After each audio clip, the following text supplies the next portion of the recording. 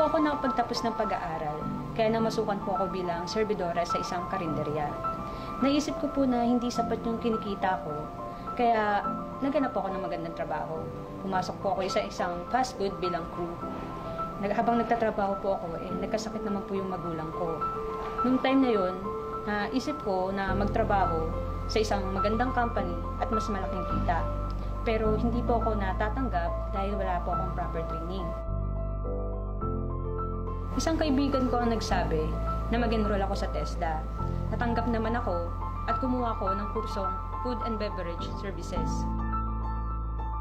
Nagkataon po na pagka-graduate ko, kumukuha yung TESDA ng scholar para bigyan ng negosyong mobile bar.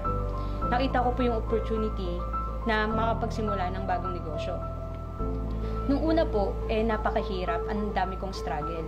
Malit lang po yung kinikita namin, OT lang po yung events. Pero hindi po naglaon, sinuportahan po kami ng isang beverage company at binigyan kami ng maraming clients. Doon po nakapag-ipon kami ng pondo para makapagpagawa ng mga bagong mobile bar. Ngayon po, meron po kaming 3 mobile bar na ginagamit para sa iba't iba naming events.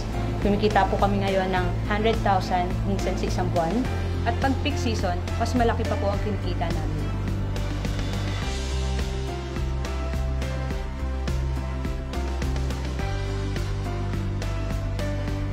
Sobrang nagpapasalamat po ako sa TESDA Women's Center dahil hindi ko na po kailangan magtrabaho sa isang karinderya o sa isang fast food chain. Dahil sa TESDA Women's Center, isa na po akong negosyante at natutugunan ko na ng sapat ang pangangailangan ng aking pamilya.